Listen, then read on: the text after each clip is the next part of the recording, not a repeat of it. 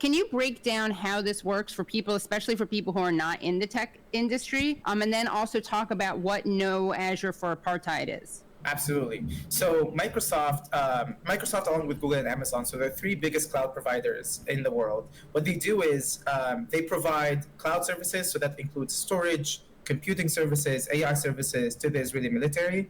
That enables the Israeli military to store the massive amounts of surveillance data that they collect on Palestinians. That includes the phone calls that we've seen revealed recently, but it also includes text messages, locations, information, all kinds of data that they are able to collect through espionage, through surveillance about Palestinian people. So one thing is simply just storage. And one of the problems the Israeli military had after October 7 is they started relying even more on that surveillance data, and they simply do not have enough servers in Israel to store all of that. So they had to outsource that scale to companies like Microsoft, Google, and Amazon.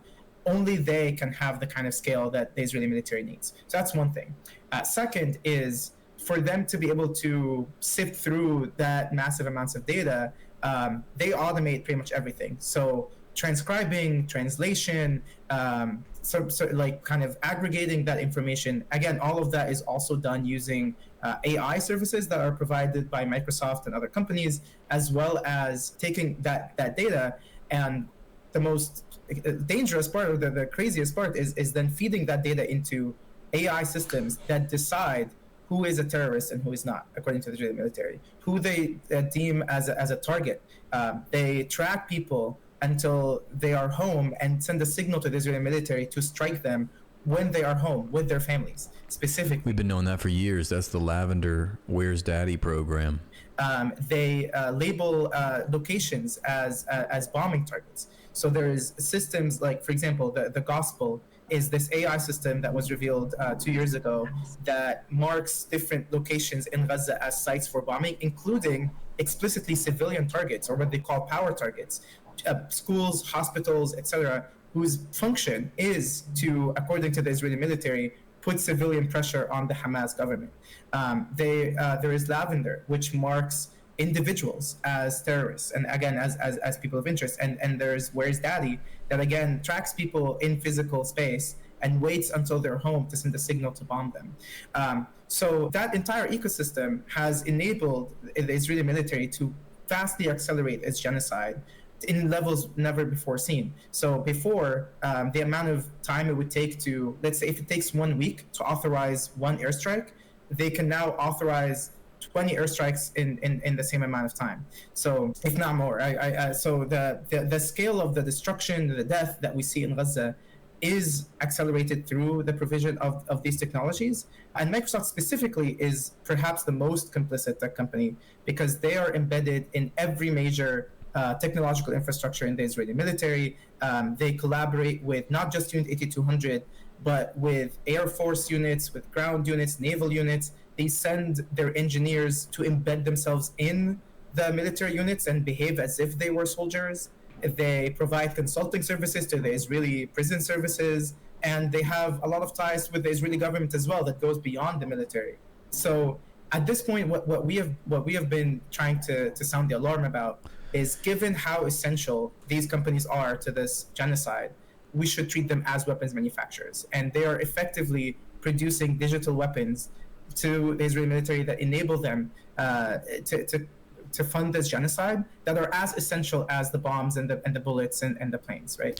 It's like you try to think about words and ways to put this so it gets stuck in people's head.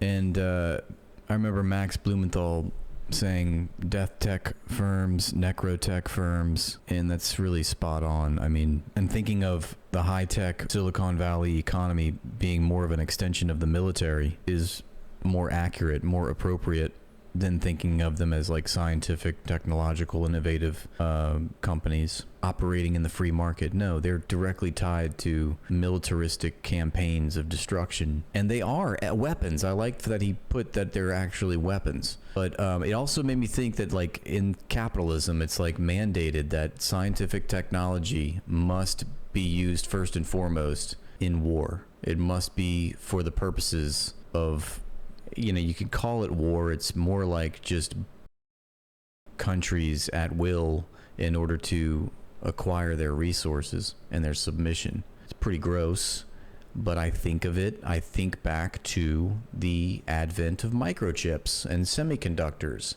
And literally, the reason that that became something that was valuable is because the United States military and its government in the 1960s, during the Vietnam War, was trying to bomb a bridge in Vietnam that served as like supply line for the Vietnamese guerrilla army. And they've dropped so many bombs trying to get up this bridge, and it never worked. It was bombed like hundreds of times. You would think that they would get it, but they couldn't control the bomb. They couldn't guide the bomb until a microchip analog sensor was placed on the missile, a little guidance system that could redirect the path as it fell to make sure it stayed on its target. And voila, they were able to blow up the bridge. And then that meant, oh, well, more money to the microchip industry, more money to companies like Intel that were involved in creating these powerful chips. A lot I'm forgetting, because there's a really excellent book called Chip War that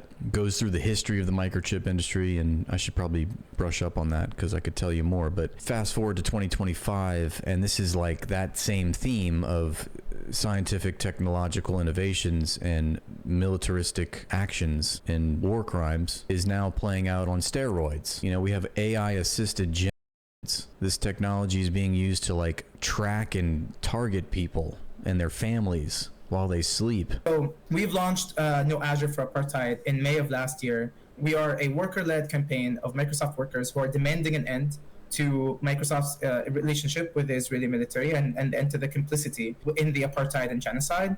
We have four main demands. Number one is IOF off Azure, so ending all of the sales of all of the Azure services, Azure being Microsoft's cloud, to the Israeli military. Two is disclosing all the ties between the military, Microsoft and the military, because a lot of the stuff is hidden. Three is calling for a ceasefire. And lastly is ending the discrimination against Arab, Muslim, and pro-Palestinian employees. What is this unit? Unit 8200. Yeah, so Unit 8200 is, it functions like Israel's NSA. Basically, it's the Israeli military spy unit. They're the ones who are responsible for collecting massive amounts of surveillance data about Palestinian people in Gaza and the West Bank. They have, it was recently revealed, they are tracking pretty much every phone call that is made by a Palestinian. I mean, Israel is showing us what it's going to come down to for the Western capitalist countries, what they're going to have to ultimately do to their populations when the conditions deteriorate enough, which they will. We know that's because capitalism is based on an irreconcilable contradiction, which is that infinite accumulation in a world of finite resources. That is just not sustainable. Doesn't take a genius to see that. And eventually it's going to come to that. It's going to come to violins in the imperial core. If something doesn't happen, if the emerging contradiction doesn't get its act together. And they're using this data, storing it on Microsoft servers, then using it to target people in Gaza, as well as to even retroactively justify the murder of Palestinians in the West Bank. It's also used to enforce the apartheid regime, decide who to target or surveil, and some of the bar for flagging a person has been very, very low. In some cases, even mistranslations of Arabic words is enough to get people flagged. There was a post on Facebook. A Palestinian man said in Arabic, "Good morning," and an AI algorithm sensor mistranslated it to say "to the Jew" or something like that. And so they arrested this guy. The dude was just saying "Good morning, Facebook fam," and they were like, the AI robot is like, "To the Jew." Yeah, copy that. We got a 1044 in progress. I don't know, some is death to the send the attract drones. Copy. The other thing is that in all seriousness, the Lavender program, it's crazy because there's no human oversight really with it. They don't really look into which names are selected by the AI technology that Palantir provides the IDF to choose its targets. All they do, if there is any oversight at all, before they get marked for death in a bomb is sent into their living room at 5 a.m. while everyone is sleeping, the most that they'll check for, if there is a human looking at this, is if there's a male name. If it's a Muhammad, well, there you go. What is it that you want them to do that they still haven't done? So in other words, like what needs to happen next? So Microsoft put out a statement in response supposedly to the Guardian's article. The Guardian released a report just a couple weeks ago, a month ago, calling out Unit 8200's surveillance of Palestinian phone calls and how all of that terabytes and terabytes of data was being stored on Microsoft Azure. Microsoft responded by opening a second investigation. For the record, this is the second investigation that they've opened into looking into their contracts with the Israeli military. The first was opened after some of our actions and promptly closed with no finding of wrongdoing. They recently, last week, released a statement saying, okay, we did this investigation. Some of these claims that were made in this article were true, and we have withdrawn services from Unit 8200, but only some services. So this includes storage services and some AI services, but they have not cut the contract with Unit 8200. And furthermore, they have not cut the contracts with other units within Microsoft. I think it is important to call out, though, that Microsoft would never have made this decision to cut these services to Israeli Unit 8200 without the direct and sustained pressure applied by Microsoft workers and community members for nearly 2 years. And this news of their involvement in Israeli apartheid and occupation and genocide isn't news to them. They've had this relationship for more than 30 years, and the current CEO has even met with the head of Unit 8200 to make this deal nearly 4 years ago. So they cannot claim ignorance. They cannot claim that they didn't know about this. And it's no coincidence that when we sent out our worker petition to executives back in May. And even then it was a slap on the wrist because Microsoft just said, oh, we'll stop supplying our services to Unit 8200 purely for optics. You're not actually stopping anything. You think they don't have some sort of workaround for that? There's not a Unit 8201 or something? They'll be able to circumvent this. You can't leave the criminals in charge. I mean, that's what happens. They have all the powers of all the institutions. They'll find another institution or another aspect, another organization, another way to circumvent whatever they need to. That is when they release their blog post or statement about the first investigation. It's no coincidence that Brad Smith held a press conference in his office addressing Microsoft's complicity publicly just after we staged a sit-in in that same office. And it's no coincidence that weeks after our liberated zone encampments and the sit-in at Microsoft Global Headquarters, that this is the moment where CEOs have finally decided to take some action. And while this step is unprecedented, making Microsoft, again, the first major tech company to withdraw services from the Israeli military since the start of the genocide, this is simply not enough. We know that big tech is deeply complicit in the economy of occupation and genocide.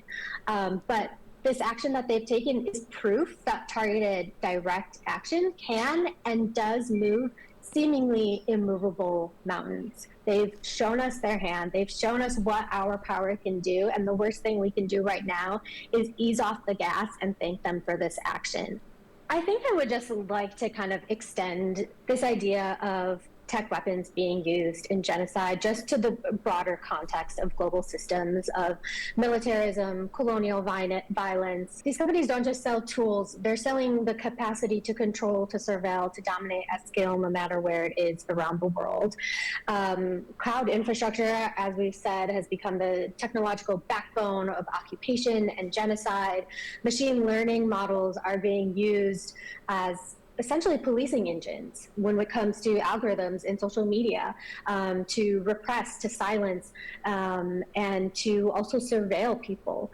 And these systems, even surveillance systems for biometrics, have become border enforcement tools or tools that ICE is using in detention centers. Whether it's Israel's apartheid regime we're watching the capitalist class evolve their tactics in real time.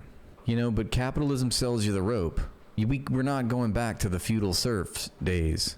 We're educated workers. We know how to work the means of production. We have, I know it's silly to say we have the power, but we really do. And you can't put the genie back in the bottle. Thanks for watching, and please like and subscribe to the page to help it grow. And if you'd like to support my work, join my Patreon for exclusive content.